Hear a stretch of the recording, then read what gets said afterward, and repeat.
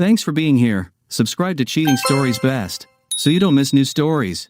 The husband arrived at his wife's workplace to please her, but what he saw shocked him. Today's story has a similar plot. Enjoy watching it. Dr. Torres heard the nurse call through his pager. The patient in room 225 is beginning to awaken. Lifting one eyelid after another and shining a light in her eyes, the doctor spoke to her in his usual monotone voice. "Mrs. Square, can you hear me?" He checked her pulse and heart rate, then glanced at the monitor. "Nurse, she's waking up. Check the contacts in her file and call whoever is listed. Tell them it may take 1 to 5 hours, but she's definitely waking up." About 3 hours later, Laura woke up. She was sleepy but already awake. "Welcome back to the living. Don't try to talk yet," the nurse said, giving her a clear liquid to drink through a straw. "When you feel strong enough, you can sit up, but be patient. You've been asleep for quite some time. Don't worry, your family has been notified, so just relax and let your body fully wake up. You'll feel much better in an hour or two." The nurse again measured Laura's pulse and recorded the results. She shook her head as she felt all the wires and things still attached to her.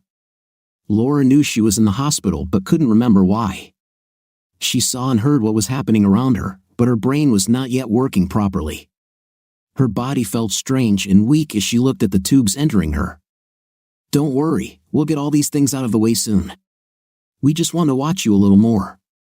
Your arms, legs, and the rest of your muscles haven't been used for a long time, so it'll take a little while for them to get used to moving again. I know you have a million questions, but be patient. You've been through a lot and don't need any shocks right now. Just relax, all your questions will be resolved in due time." The nurse smiled again and left the room. Laura could see bright sunlight streaming through the closed blinds. It was daytime, but what time was it? She had lost track of time. As she began to feel a little better, she looked around her room. She saw several magazines, a sweater, and some other personal items. Then Laura noticed a photo of herself and her daughter Randy. It was on the dresser, too far away to reach, but at least she could see it clearly.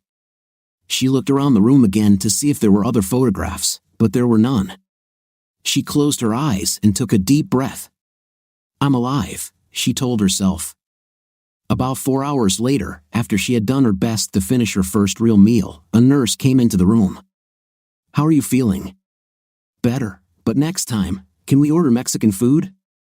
Laura asked. This made the nurse laugh.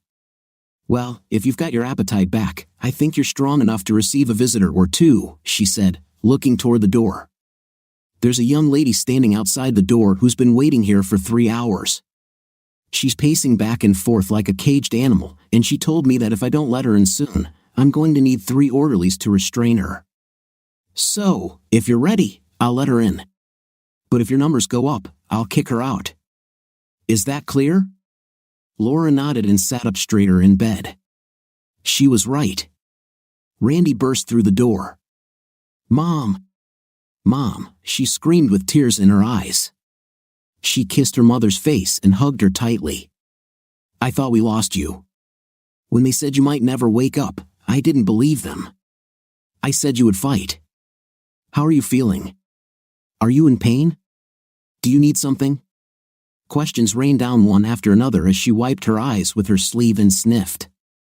"You've lost a little weight," Randy said, "but don't worry.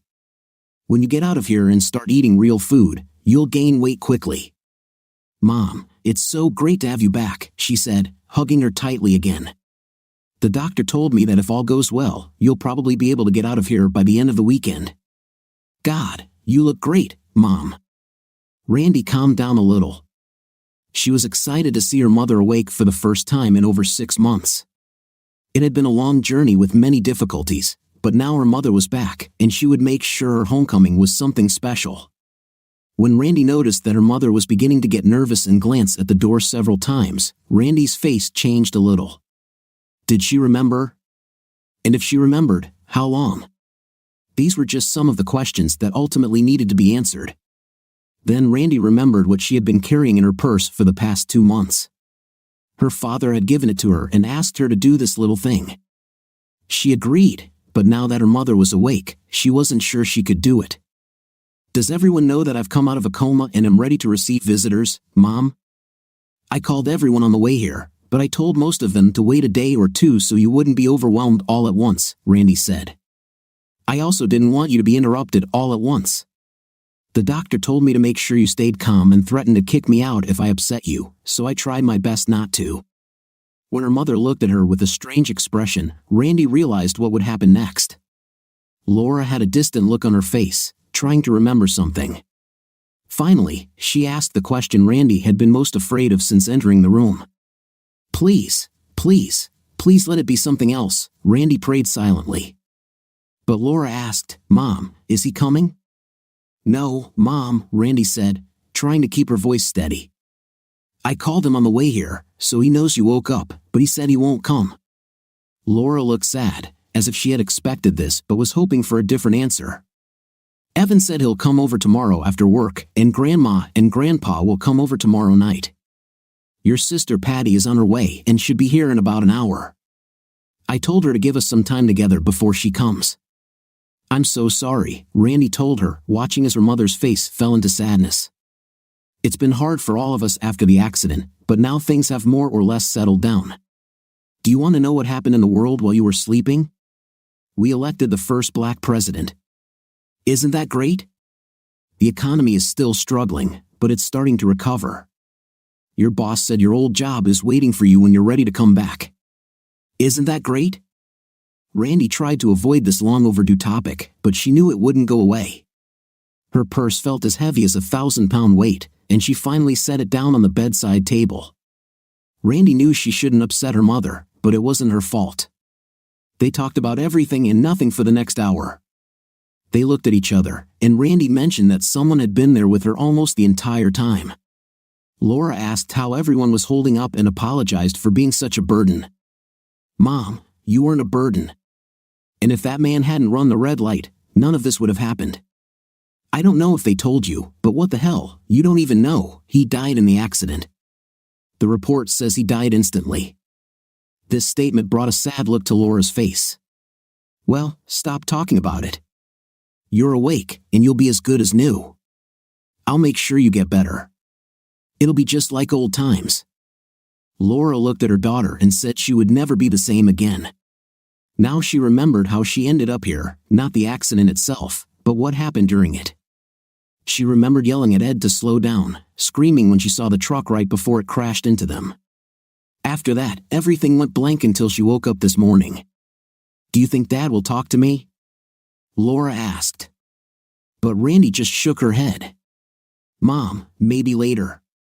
Everything was on pause while you were here. It's still too fresh and painful. Maybe in a week or two, Dad will soften up." They both knew it wouldn't happen. "Dad wanted me to give this to you when you woke up," Randy said, handing her a white, unmarked envelope. "I don't think you should open it until at least tomorrow. Aunt Patty will be here soon, and the doctors want you to stay calm. I'll stop by tomorrow morning. Say hi to Aunt Patty for me." As Randy was leaving the hospital, she saw her Aunt Patty enter. "She knows," was the first question from Patty's mouth. "Not yet, but I gave her a letter from Dad. I told her not to read it until tomorrow, but I'm sure she's reading it right now. Maybe I should wait a little before going up to her, give her some time to be alone. You know, Aunt Patty, the last thing she needs right now is to be alone. She's been alone in her head for the last 6 months. Right now, she needs our support, and a lot of it, if she's going to get through the next couple of months." "You're probably right. I just don't know how I'm supposed to look her in the eye after everything that's happened in the last couple of months. My parents are still mad at me. Your dad says he never wants to see my face again, and even your brother hasn't forgiven me yet. You're the only one who still talks to me. Aunt Patty, I learned many months ago that judging others does no good. It only breeds anger and hatred. I'm done with both, so go tell your sister you love her, and I'll see you both later." Patty went upstairs and walked slowly down the corridor. She would try to be cheerful and not say a word about Steve. However, when she entered the room, tears were streaming down Laura's face. She tried to leave the doorway, but Laura saw her and, with tears in her eyes and outstretched arms, hugged her. Patty rushed towards her. Over the next half hour, Laura poured her heart out onto Patty's shoulder, and Patty began to cry too. Laura was more exhausted than she could bear. The nurse monitoring her vitals called the doctor, and after moving Patty aside, he administered a pill to calm Laura and put her back to sleep. The doctor wasn't happy when Patty said she wasn't going to leave. He said that Laura would probably sleep until tomorrow morning, so she could sit here, but he gave her a stern warning before leaving: if she gets upset again, I'll limit everyone's visits. She's not in the best shape and needs peace of mind more than anything. The doctor scolded Patty as if he were reprimanding one of his nurses. Patty told him she would just sit in the chair next to the bed and read. He warned her again before leaving, so she wouldn't upset Laura.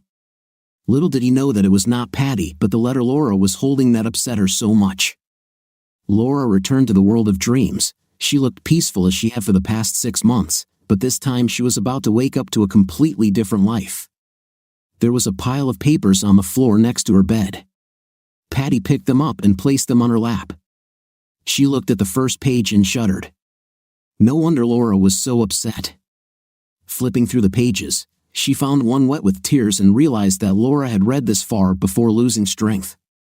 Patty felt deeply for her sister, but at the same time, she was angry with herself. It shouldn't have ended this way, but knowing Steve, it was the only possible outcome. She turned off the overhead light and turned on the small lamp next to the bedside table. This provided enough light to see what was written on the pages. Luckily, all the pages were stapled together, so she went back to the first page and started reading. "Oh God," was all she could say to herself after reading just the first paragraph. "I've been watching and listening to this monitor on and off for the past 3 weeks, but that constant beeping, beeping, beeping sound was on the verge of driving me crazy. I had permission from the hospital to come and go as I pleased, but I was beginning to feel tired from lack of sleep. I was going to go home soon and try to get at least 8 hours of sleep for the first time. The doctors were very optimistic after the operation. They all said they relieved the pressure on the brain, but it would take time for the swelling to go down. Hopefully, it wouldn't take too long, but they couldn't be sure. Does this mean she will wake up?" I asked the doctor. He realized I was begging him to give me the answer I was hoping for. "Mr. Moore, your wife is in a coma, and although it is not a deep coma, it can still last 1 day, 1 week, or 3 months. It is impossible to determine exactly when she will come out of it. Her injuries have been treated, but sometimes the body itself, the head injury, is probably the root cause, and we'll just have to wait and be grateful she's alive." I was grateful that Laura was alive, unlike the driver of the car she was in. He did not wear a seatbelt and suffered the brunt of the impact. Paramedics said he died almost instantly, and they weren't sure about my wife's chances until firefighters pulled her from what was left of the car. So here I sit and wonder why. "Dad," my son Evan shouted as he ran into the room that first day. "How's Mom?" "Ryan's on her way, but she said to call her as soon as I hear anything," I told them. I informed them that their mother had undergone 16 hours of surgery and was doing as well as could be expected. Broken ribs, a head injury, a broken ankle, and multiple fractures completed her list of serious injuries. I told them the main problem was that she had hit her head from the front and side, and the surgeons had to drill holes in her skull to relieve the internal pressure. "Son, I don't understand it all myself, but if you believe half of what they say, your mom will make a full recovery. It will take time, but she will be fine." I wish I could say the same about myself. The children came in every day to see how she was doing. They prayed to God that she would wake up.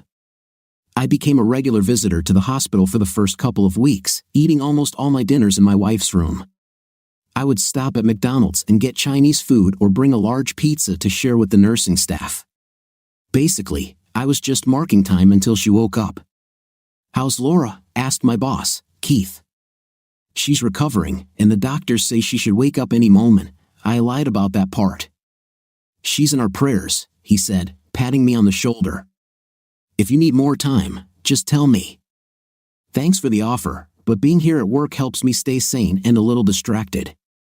It's the only place where I cannot think about everything and feel somewhat normal. "Well, if anything happens, just let me know." I thanked him again. Everyone was too kind to me. 5 days after the accident, I was at the police station to get a copy of the accident report. I could have gotten it sooner, but I needed time to collect my thoughts before reading what it said. The police report stated that the Lincoln limousine carrying Laura was traveling at a high rate of speed on Boyle Street. The car ran a red light at the intersection of Boone and Fifth Avenue. The UPS truck, which had a green light, crashed into the side of the limousine. There were brake marks on the road, but the UPS driver said that by the time he saw the car, it was too late to stop. The driver estimated that the collision occurred at a speed of approximately 25 to 30 miles per hour. The driver of the limousine, Mr. Edward Carver, was pronounced dead at the scene, and his body was removed by the medical examiner.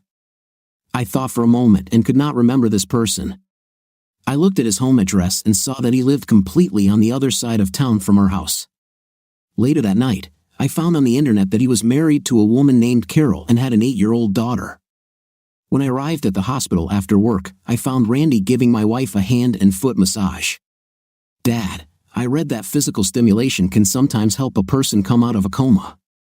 Why don't you massage her other arm?" she said, handing me the massage oil. We massaged her for over an hour before we stopped. I plan to do this a couple of times a week until she wakes up. I also recorded her favorite songs and loaded them onto her iPod. I bought headphones and asked the nurse to play them every night. "That should work, honey." The doctor said it would take time. Her brain hasn't fully healed yet, it's only been 3 weeks since the accident. I hope you sue the UPS truck driver. He could have killed Mom. "Honey, the driver of the car your mom was in ran a red light. It was his fault." "Great, and he's dead. What an idiot. What was he even thinking? Have you contacted his widow yet, Randy? She just buried her husband.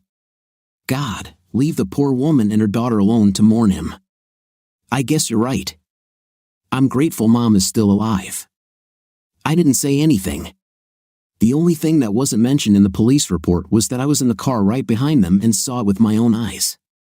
3 weeks earlier, I sat at my desk finishing up my production schedule for the rest of the week. I leaned back in my chair, stretched, and looked at my watch, 11:21. At that moment, an idea came to mind: why not surprise my wife and invite her to dinner? Yes, it was going to be a boring day as the schedule was set, so I decided to take a couple of hours off and surprise my wife. Laura worked 25 minutes from my office, and I figured that if I left now, I would arrive in time for lunch. I thought about stopping and buying something along the way, but I decided that I would pick her up and she would choose where to eat. This is going to be so cool, I thought as I weaved through the pre-lunch traffic. I was stuck at one traffic light and was on the verge of calling her, but I held back. I wanted to see her face when I walked in. As they say on TV, priceless. It was 5 minutes past 12 when I turned the corner in front of her building, just in time to see her get into a black Lincoln limousine. "Damn, I'm late," I said, hitting the steering wheel. She's probably having a business lunch with a supplier. I was kicking myself for not calling and was about to go back to work when I saw it, a kiss. It wasn't a passionate tongue kiss, most likely just a peck, but it was a kiss nonetheless. Now I had another reason to be here. They started moving, and I joined the flow right behind them, my brain bombarding me with questions to which I had no answers. I'm probably not the most patient or reserved person in the world because at the first traffic light, I got out of the car, ran to the driver's window, and tapped the glass with the back of my fist. The driver's puzzled expression was nothing compared to the horror I saw on Laura's face. "Open the damn door!" I shouted through the glass. The traffic light switched to green, and the car rushed forward, accelerating. I ran back to my car. Although everyone around me was honking, I didn't hear anything. I focused on the black Lincoln weaving through the slow lunch traffic ahead. It took me no more than 2 minutes to catch up with them because I was flashing my high beams, trying to get them to stop. That's when he stepped on the gas. I stopped at a red light while he was trying to get through the intersection. Trying, that's the key word. The UPS truck hit their car with a loud thud. He pushed her across the intersection. I saw the initial collision, but both cars immediately disappeared from my field of vision. I just sat there, not believing what was happening. When I came to my senses and got out of the car, I heard the howl of police sirens. Someone was yelling at me to move my damn car. About 30 people had already gathered around the wrecked car and truck. I got back in and parked my car at the curb. I was afraid of what I would find when I approached the car. I pushed my way through the crowd and walked over to Laura's side. There was blood everywhere, and I could see that she was unconscious. I tried to open the door, but it was locked. Before I could break the window, a group of police and medical workers arrived. All of us, including me, were pushed back while the rescue crew worked to get them out of the car. They had to use hydraulic shears to open the doors. I saw that the driver was in terrible condition, and after a few minutes, he was put on a stretcher and covered with a sheet. The sheet absorbed the blood, and I realized he was dead. They worked on Laura for about 15 minutes. A paramedic was inside with her while 2 firefighters tried to move the dashboard away from her. When they shouted that a stretcher was needed, my heart sank. She was alive. "My name is Stephen Moore," I told one of the paramedics. "That's my wife." "Which hospital will she be taken to?" "To the general district. It's the closest one, and she needs immediate help." "Do you want to go with her in the ambulance?" "No, I have a car." "I'll meet them there," I replied, rushing to my car. They were ahead of me, but not by much. At the reception desk, I told them who I was and provided all the necessary information. They informed me that she had already been taken away for surgery and indicated where I could wait. I must have sat there quietly, emotionless and in a daze, for at least the next couple of hours. The nurse came to check on me once to see how I was doing and a second time after I gave her the completed forms. "How long will she be in the operating room?" "I can't say for sure, but it will take at least a few more hours. Your wife suffered multiple injuries, but don't worry, she has the best surgeons on her staff." She smiled at my glassy eyes and went to the next person. I didn't want to call our kids until I knew something specific, so I waited and waited for the doctor to come out through those damn swinging doors. "Mr. Moore, they just finished," the nurse told me. "The doctor will be out in about 20 minutes to tell you how she's doing." Half an hour later, a doctor in green operating scrubs gave me details of her condition and what I should expect. They were going to keep her sedated because they didn't want her to move. Her head was fixed to prevent her from moving, and then he told me that they had to drill holes in her skull.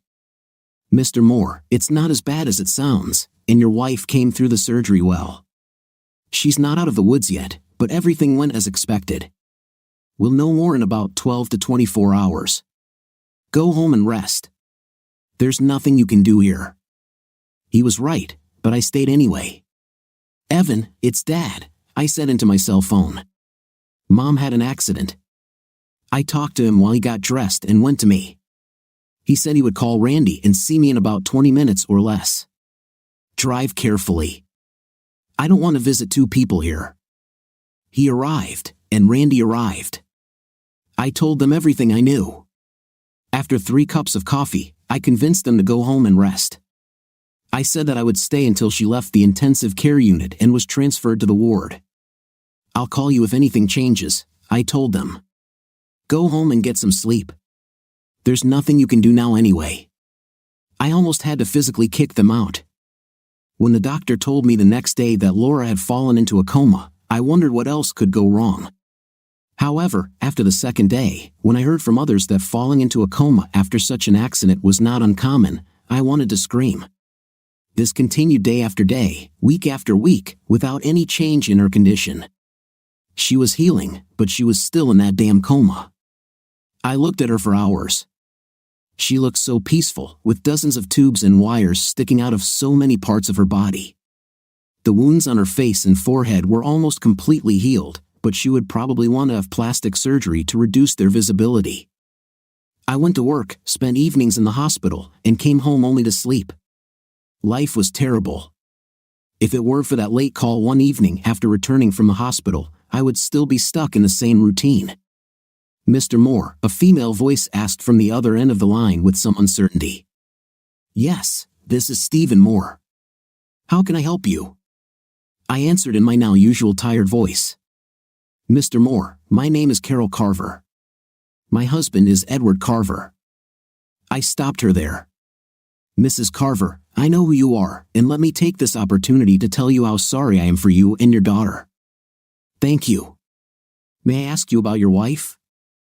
She's still in a coma, but the doctors said they expect her to come out of it soon and make a full recovery. Thanks for asking, I replied. Mr. Moore, I need to ask you a sensitive question.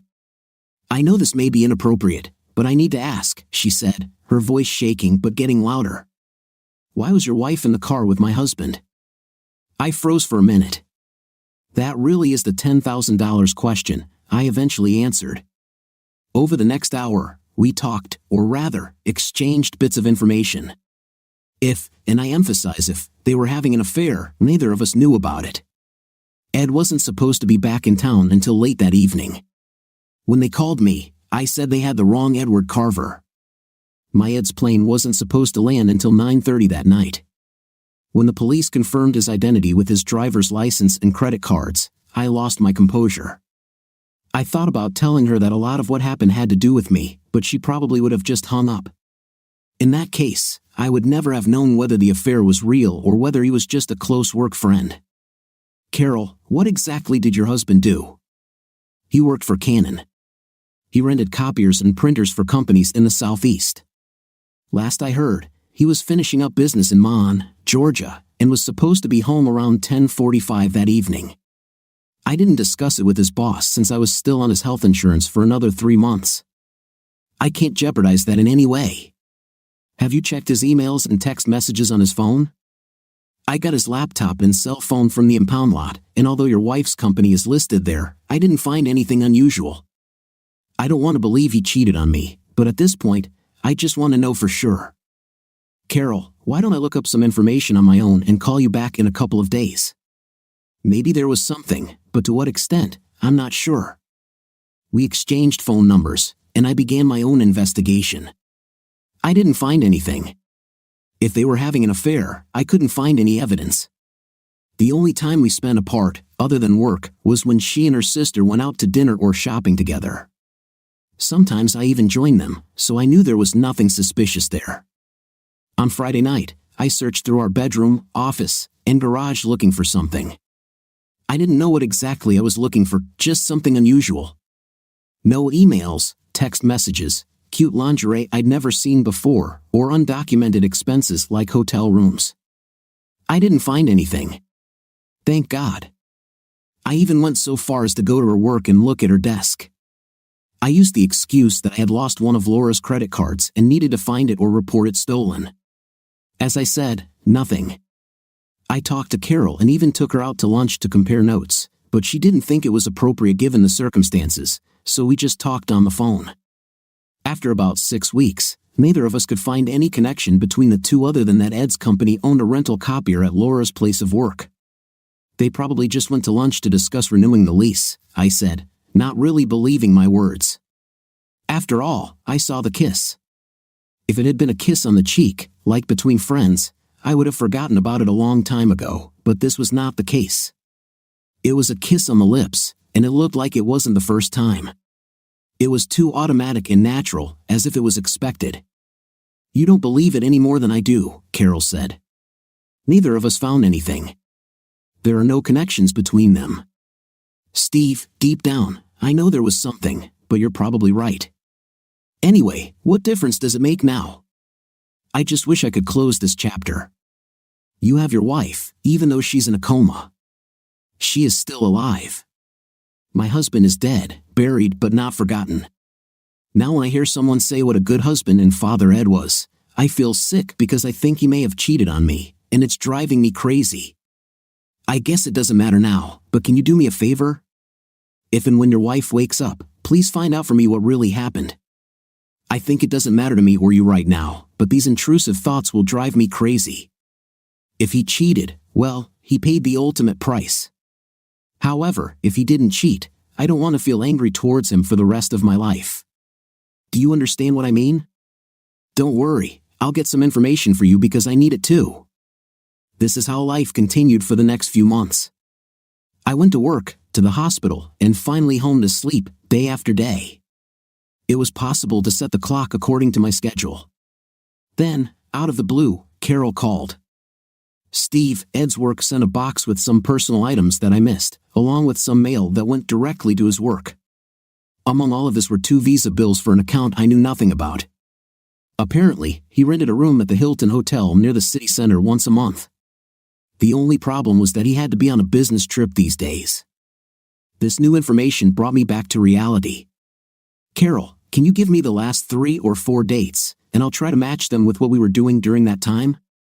She gave me the last 4 dates, and I said I would contact her. I can remember what I did 2 weeks ago, but the last date was almost 18 weeks ago. I went home and looked at our kitchen notebook, flipping through the pages behind a bottle of Corona, trying to remember. I could not remember this date, but found that she and her sister went to the restaurant on a previous date.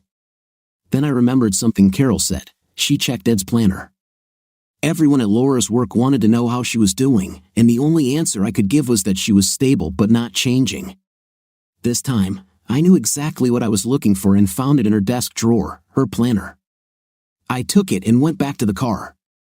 On the way home, I stopped for Chinese food because cooking for one was becoming a real challenge. With our kitchen calendar, her work planner, and the dates Carol gave me, I began to compare. Of the 4 dates, Laura went to dinner with her sister on one, and they went shopping together on another. On the other 2 dates, I had no idea what was going on, and they didn't fit into the big picture. I called Carol. I have good news and bad news, I told her. On 2 of the dates you gave me, my wife was with her sister, but I couldn't find anything on the other 2. Are you sure she was really with her sister? Now Carol had opened a new can of worms. I guess I can't guarantee this 100%, but they did date each other over the years. Steve, that's not what I'm asking, and you know it. Could her sister lie for her if Laura was having an affair? Damn, why won't this all go away? I can't know that for sure. I know her sister well enough, but I don't know if she would lie for her or not. Steve, I know I'm getting annoying, but I'm trying to find some kind of explanation for my marriage and what was once my wonderful life. I can't tell you what to do next, that's up to you. But I would definitely like to know if this happened to me. Call me if you find anything. I wanted it all to just disappear and die, but Carol wouldn't let it go away. However, the next step would be extremely difficult and could radically change my life. 3 bottles of Corona gave me just enough courage without making my brain too dull. I thought about doing it face to face but immediately dismissed the idea. I didn't want Laura's sister, Patty, to see the look on my face when I hooked her and was ready to throw. I gulped when I heard her answer her cell phone. I forgot that she would see who was calling. Steve, did something happen? I forgot that she sees who is calling, not Laura. There's no change, and the doctor said she could come out of it any day. Of course, that's what they've been telling me every day for months. What can I do for you tonight? I released all the tension from my line and prepared to cast the hook. I know about Laura and Ed. I stopped at this statement and waited for her reaction. Who is Ed? And what's wrong with Laura? Steve, I don't know what you're talking about, was her cautious answer. I guess you know, Patty, since you were her alibi all those times. How could you? I felt the hook pierce deep into her flesh. Steve, you're wrong. Laura would never. I interrupted her. Ed's wife has hotel receipts, and on each of these dates, my beloved wife conveniently spent time either dining or shopping with you. If it weren't for the cameras in the hotel, I would never have believed it even myself. Now I can hardly believe that 2 people I loved so deeply have been deceiving me all this time. I lied through my teeth, but there was only silence on the other side of the phone. Steve, it was just one time. Nonsense. I know of at least 4 occasions when she met him for a night. How stupid do you think I am? I changed my mind. I was actually quite stupid. How could I not notice and not know that my wife was cheating on me all this time? I suppose when you're in love, it does make you deaf, blind, and stupid, but I won't be anymore. Steve, she was going to leave him the day of the accident. You have to believe it. He became too clingy, and what started out as innocent flirting went too far. You have to believe me. Patty, I saw them when Ed picked Laura up from work that day. I watched her get into his damn car and kiss him like she was meeting her long-lost love. Damn it, I followed them until we were stopped at a traffic light. Then I got out of the car to confront them, but when he saw me, he sped up. I was there when he ran the red light and got hit by a damn truck. So don't try to tell me she was going with him to break up. The only thing she thought about was what they would do in that room. I was screaming now. Steve, I'm so sorry. Laura loves you, and it was just a stupid regret on her part. Please don't do anything until she explains it to you. You mean lie to me, don't you?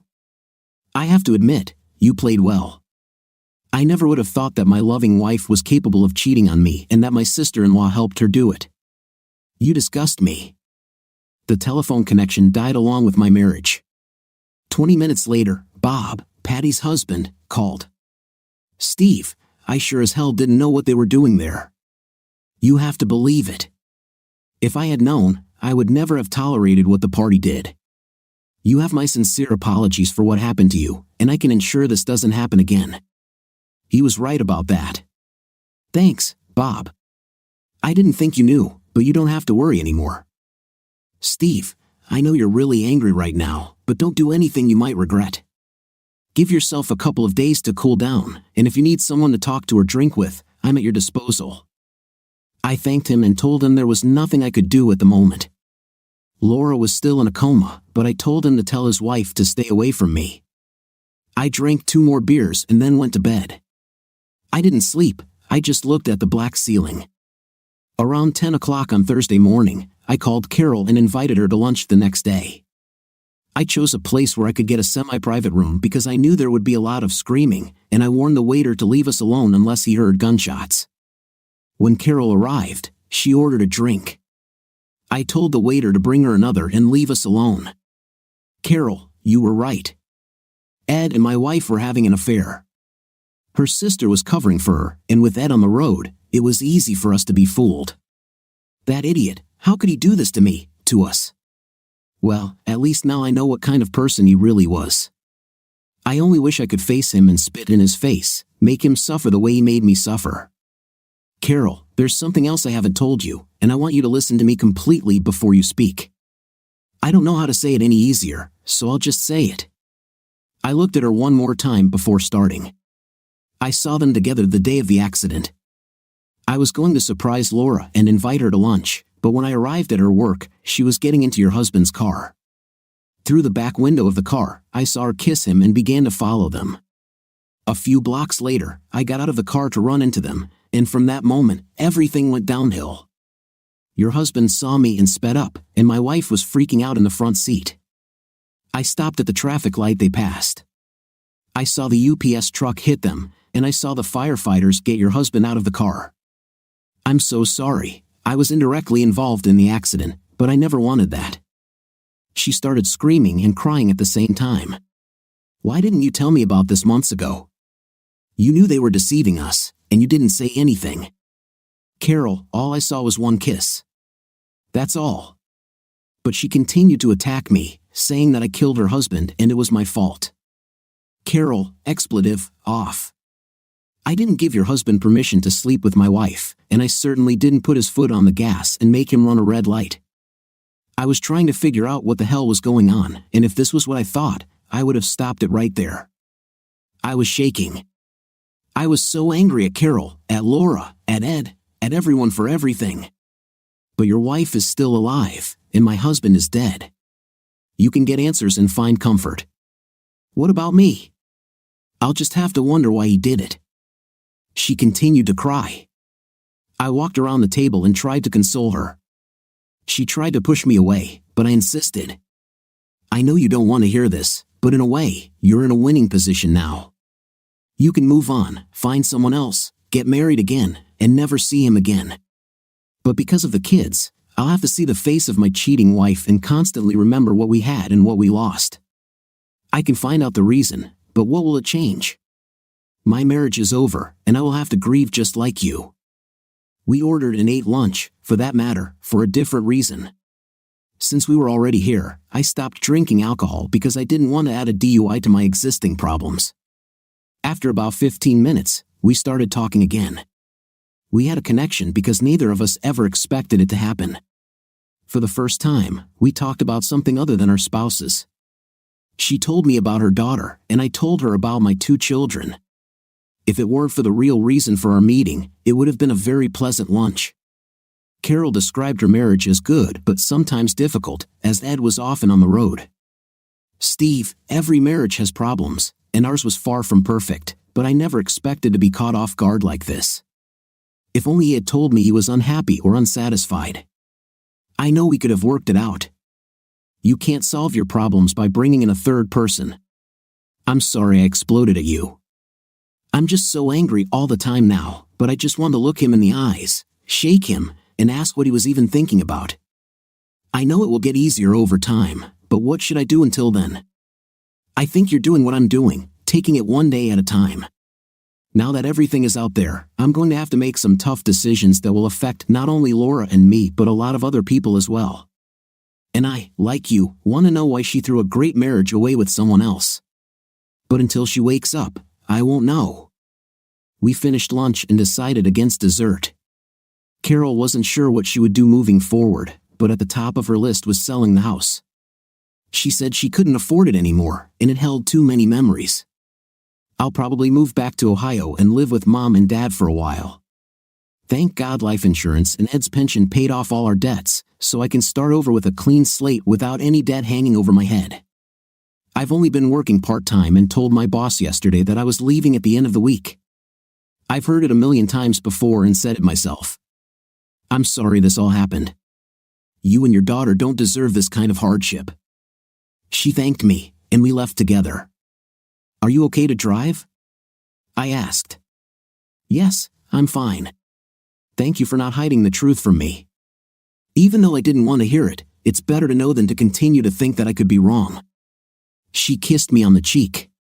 Don't get lost, and good luck with your wife, she said as she got into the car and drove away. I'll need more than just luck when it comes to Laura. For the next 3 days after work, I came home, ate dinner, and had a few beers, starting to formulate a plan. When Randy called me on the 4th day and asked if something was wrong, I said I was looking into the problem. On Wednesday evening, when I didn't show up at the hospital, Randy and Evan came to see me. Okay, Dad, what's going on? You haven't been to see Mom for almost a week. Is there something you're not telling us? Randy asked, looking scared of what I might tell him. Dad, we're not kids anymore, Evan added. I wasn't going to bring it up right now, but I thought, what the hell, it's going to come out eventually anyway. Kids, there's something I didn't want to tell you yet, but I need to explain. Randy began to cry. She's dying, isn't she? That's why you weren't there. When did you find out? Why didn't you tell us? Tears started flowing. Calm down. Your mother is not dying. Where did all this come from? I asked. Well, you haven't been with her all week, and I just thought that since you told me you were dealing with a problem, it had to do with Mom. Kids, I think you should sit down because what I'm about to say may require a stiff drink. They both refused and told me to continue. I looked them both in the eyes and began, Your mom has been cheating on me for quite some time. She was with him when she had that accident. Randy was shocked by the thought. No, that's impossible. Mom would never cheat on you. She loves you too much. Look, I thought so too, but I was following her and her lover in my car when they got into that accident. They just looked at me like I was crazy. I spent the next hour sharing everything Carol and I had learned, from the moment I approached them at work to my conversations with Patty. They were shocked, just like I was a few weeks ago. Dad, there must be some mistake. You know Mom. She would never do what you're suggesting, Randy defended her, hoping I was wrong. Evan wasn't so nice. Dad, she may be my mom, but I can't justify what she did to you and Aunt Patty. She's just as guilty as Mom. I hope I don't see her until I cool down, otherwise, I'll lose control and tell her what I really think about her. I wonder if she cheated on Uncle Bob. Questions rained down from all sides. Kids, the only thing I can tell you for sure is that I'm done with your mom. I can't divorce her right now because she's on my health insurance, but I don't consider her my wife anymore. I'll start filling out the paperwork, but I won't submit it until she comes out of her coma. Dad, don't do anything until you talk to Mom. I know things look bad right now, but maybe there's some other explanation, Randy begged me. You mean they just rented a room at the Hilton to talk and play board games?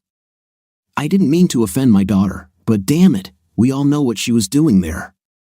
I told her I would take it slow. This calmed her down a little. I was glad when they left. I didn't want to have this conversation, but I was glad everyone knew now. What I didn't expect was when Evan got into an argument with Laura's parents on his next hospital visit.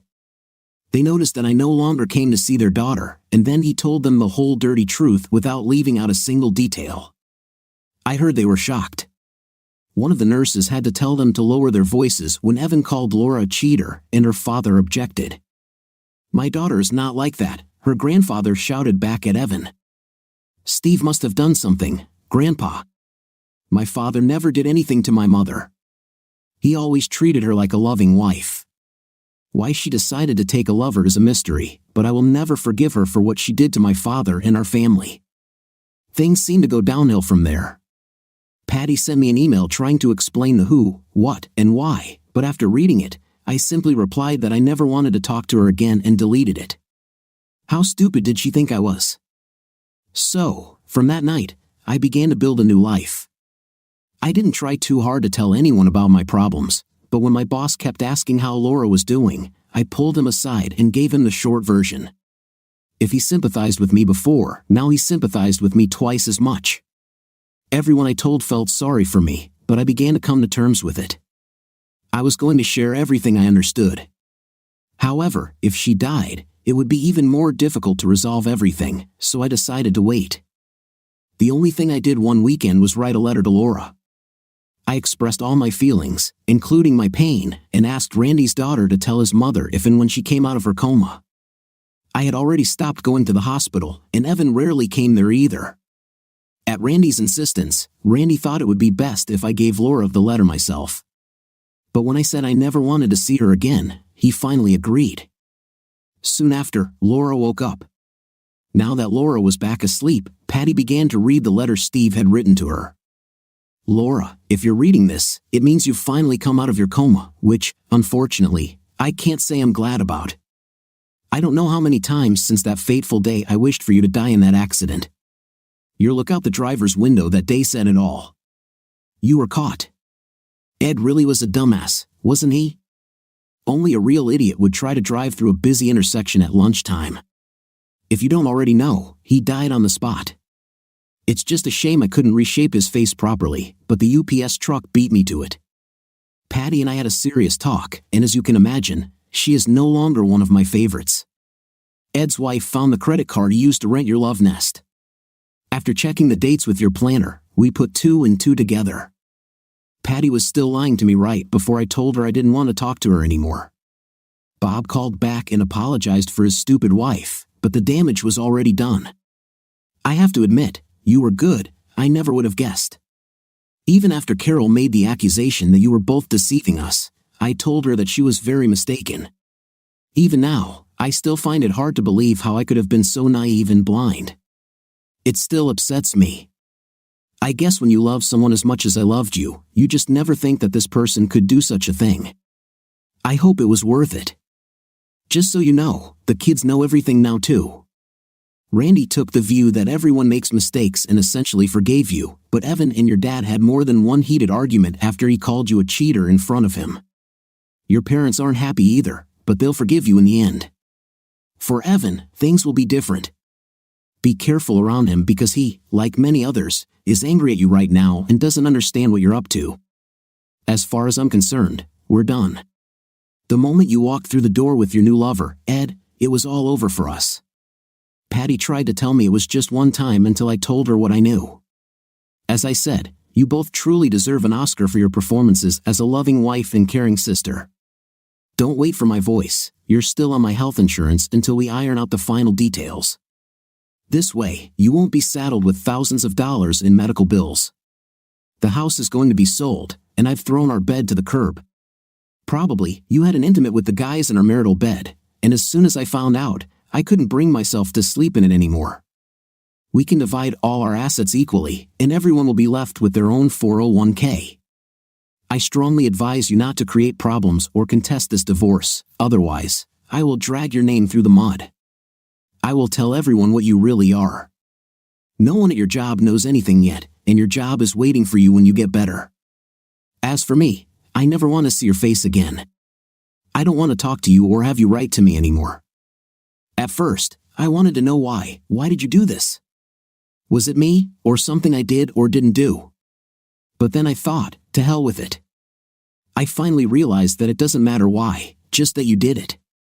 If you wanted to leave so badly, I would have been sorry, but I would have let you go. Now all I want is for you to just disappear from my life.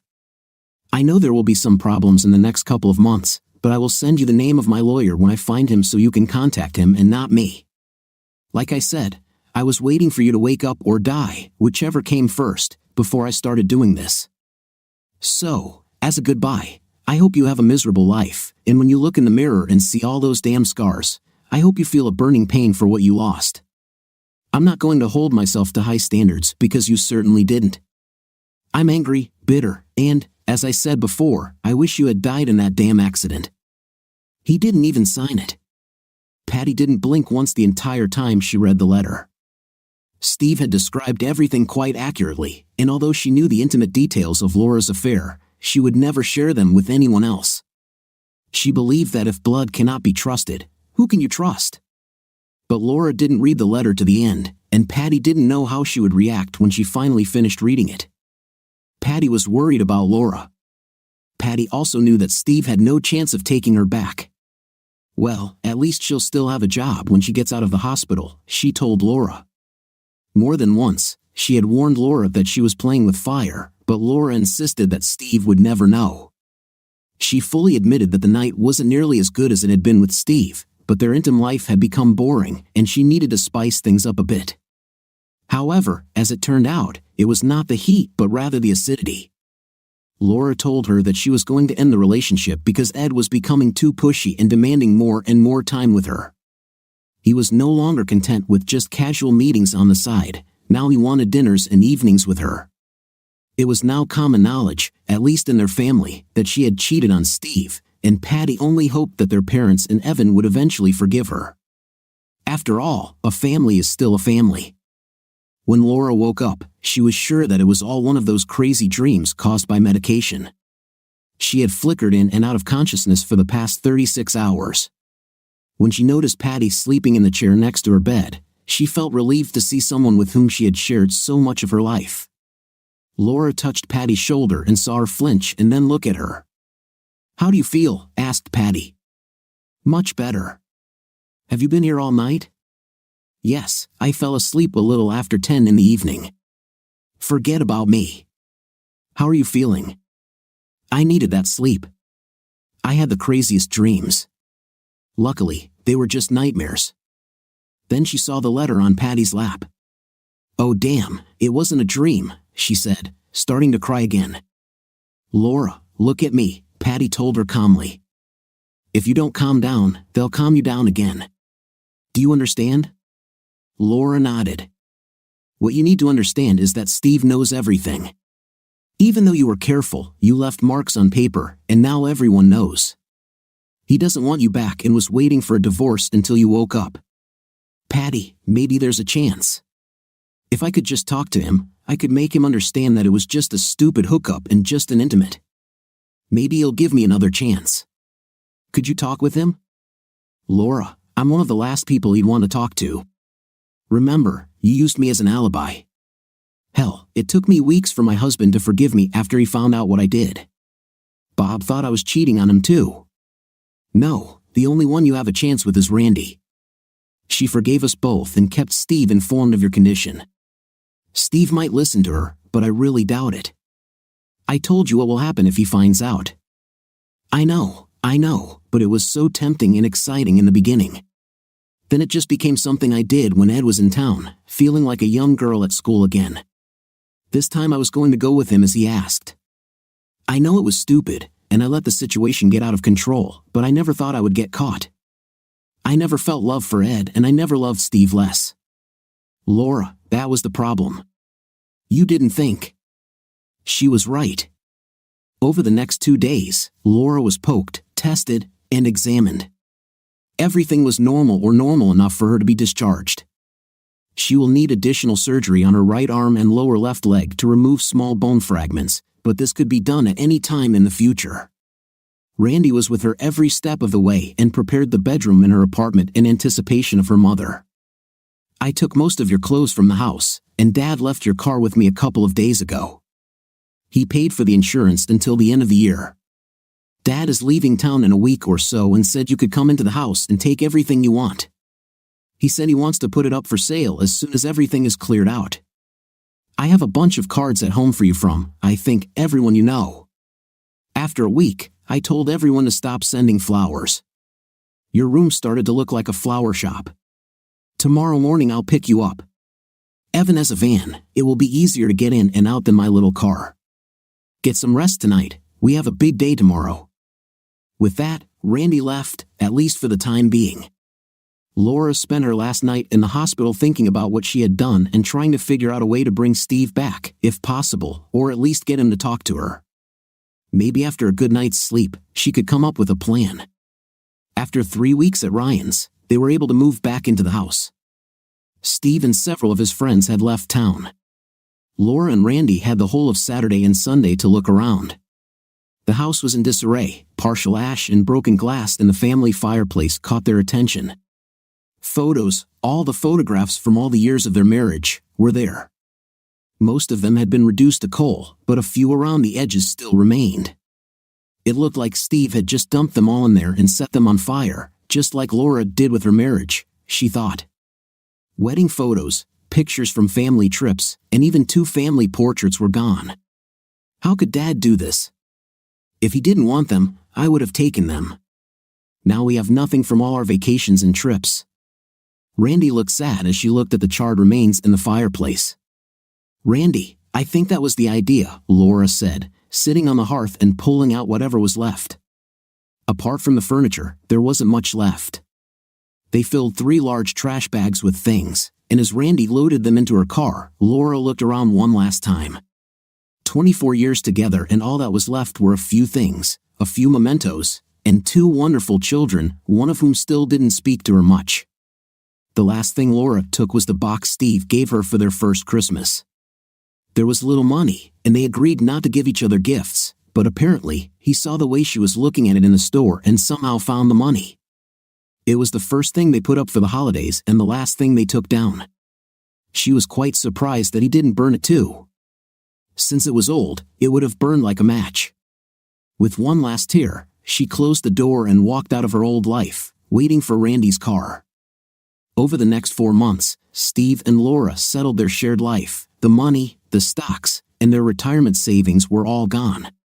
When the house was sold, they split the profits, and he filed the papers. Now they were completely separated, so there was nothing left to argue about. Laura tried to see him before it became final, but Randy said it wasn't important to him. He bought a 2-room apartment near the center and moved there without her. Evan eventually came to his senses, but they never became as close as before. A year after the divorce became official, Randy and her boyfriend got engaged, and Laura found a small studio apartment in the city's historic district. She returned to work, and although she had no serious financial problems, the wedding promised to cost more than she could afford on her own. They had dinner on Sunday with Evan, his wife Kate, Randy, her fiancé Dan, and Laura. They discussed the wedding and went through many lists. "Here," Evan said, pushing the envelope towards Randy and her mother. "Dad wanted me to give this to you. He said it would make things easier for you." Randy opened the envelope and took out a check for $20,000. The short message attached read, "My girl deserves the wedding of her dreams." Randy and Steve had barely spoken for the last 15 months. They had several arguments, and he told her that if her mother was at the wedding, he would not come. That was 3 months ago, and they hadn't spoken since. Randy looked at the check in her hand and turned to her mother. Maybe this means he changed his mind and decided to come. Evan didn't seem as optimistic as Randy and Laura. "Mom, even with that, I still think we should have a small wedding. There's no point in going into debt for a wedding and a party that only a few of us will remember." Randy called to thank her father, but he didn't answer. She left a message thanking him for his generosity and informed him that her mother would be present to see her daughter get married. Randy told her mother that he never responded after she left her first message unanswered. Her subsequent emails and calls also went unanswered. It looked like she got her answer, but she sent him an invitation anyway. Evan couldn't and wouldn't tell his mother and sister whether Steve would come or not. If he hadn't come, he would have walked his sister down the aisle and given her away in marriage, and that was how it was rehearsed. The night before the wedding, Randy was glowing with happiness but at the same time felt sad. She hoped against hope that her father would come, but knowing him, the chances were slim.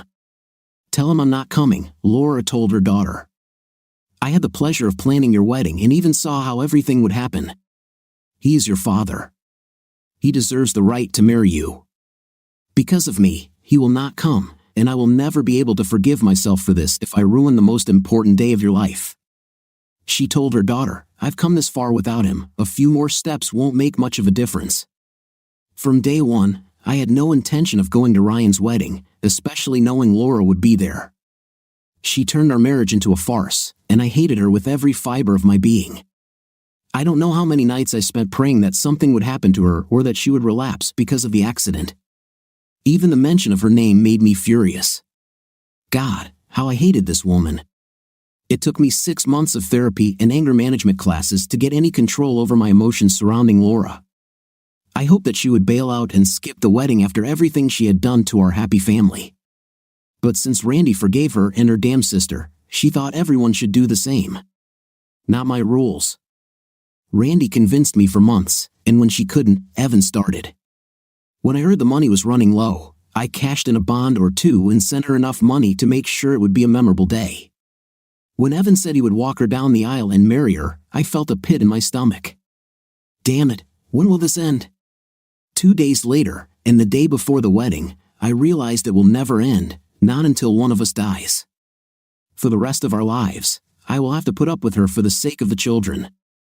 I hate her passionately, but at least now I can control it. I didn't tell anyone that I was coming. I made sure my tuxedo fit perfectly, and my new haircut made me look good, better than I had in the last 6 months. I parked the car and crept to the back of the church where Evan was waiting. Jesus Christ, Dad, you did it. I'll go tell Randy. You won't do anything like that. I want it to be my surprise and a pre-wedding gift for her. You know Mommy is here, don't you? I'm aware. Why don't you go and sit next to her, and I'll join you after I give up our little girl. He hugged me and said he was glad I came. Randy looked gorgeous, and my heart lit up when I looked at her. It took her a minute or two to notice me while she was looking for her brother. Dad, she screamed and threw herself into my open arms, kissing me. Did you really think I'd miss my daughter's wedding? What kind of father would I be? Now she had everything. As the music started, we waited for our turn to go while the bridesmaids and flower girl did their thing. Ready for this, Dad? I've been ready for this for a long time. Well, let's begin the next chapter of your life. With her hand in mine, we walked proudly down the aisle. None of the guests knew that I had no intention of coming, but the people in the front rows were shocked by my presence, including the groom. However, everyone was smiling as we walked down the aisle. I handed my daughter's hand to Dan, whispered something in his ear, smiled, and sat down next to my son on the first bench. Laura looked at me, smiled, and said, "Thank you," then went back to watching the newlyweds. Within 20 minutes, it was all over. They were introduced as Mr. Dan and Mrs. Randy Cooper and walked down the aisle as husband and wife. We headed to the reception for congratulations. I greeted our guests and thanked them for coming. From time to time, I saw Laura looking in my direction. When our eyes met, she quickly looked away. The celebration passed without incident. The food was good, the music was a little loud for my taste, but I danced with my daughter twice and even with her new mother-in-law once. She said she was glad I finally pulled my head out of my 5th place, her words, not mine. It was about 11 o'clock at night when Laura came up behind me. I was just watching the dancing people, apparently reminiscing, when I heard her voice behind me. Thanks for coming. It meant a lot to Randy. I decided I had to do it, especially after I've given her so much trouble the last 2 years. Plus, I love a good party, especially when I'm paying for it. Just so you know, it was me, not you. You were everything I could have asked for. I'm just sorry I realized it too late. It's all in the past. We can't change what's already been done, so I've moved on with my life and don't hate you anymore. I knew I was lying to be polite. Maybe we could have lunch and talk sometime, but you never gave me a chance to explain myself. I had to make every effort not to rip her head off right there. What did she think? We'd be friends now? Maybe, but not anytime soon. Besides, I'm dating someone, and I don't think it would be appropriate. With those thoughts, I went to look for Evan. I thanked him for all the help he had given his sister, kissed his wife, and told her not to let him drink too much. She smiled and said they had booked a hotel room. I found Randy and Dan and told them I was leaving. Dad, I love you so much. I saw you talking to Mom. I'm glad you finally made up. I smiled through gritted teeth and told her to have an exciting and fun honeymoon. I handed them $100 bills, just a little extra money to spend. 2 minutes later, I was at the door and heading to my car. I was glad I decided to come, especially after confronting my ex-wife and dealing with myself like a real adult. I had come a long way, and that evening, I finally closed the final chapter of our marriage. For the first time, I felt at peace with myself. In the limousine heading to the airport, a happy Randy exchanged kisses and caresses with her new husband. She was still smiling at how well everything had gone, especially with her parents. She felt quite proud that she had played a big role in getting them to at least be in the same room. It was really great, wasn't it? She asked Dan, kissing him deeply and looking into his eyes. By the way, what did Dad whisper to you at the altar when he handed my hand to you? Dan looked thoughtful. He said if I ever hurt you, he'd chase me like a dog, kill me, and eat my damn heart. Well, I think you better listen to his words. I don't think my dad ever forgets anything, Randy wisely advised. What do you think of our story today? I was very uncomfortable in this story to hear how the husband found out about his wife's infidelity. What is your opinion? Write in the comments. Until new videos.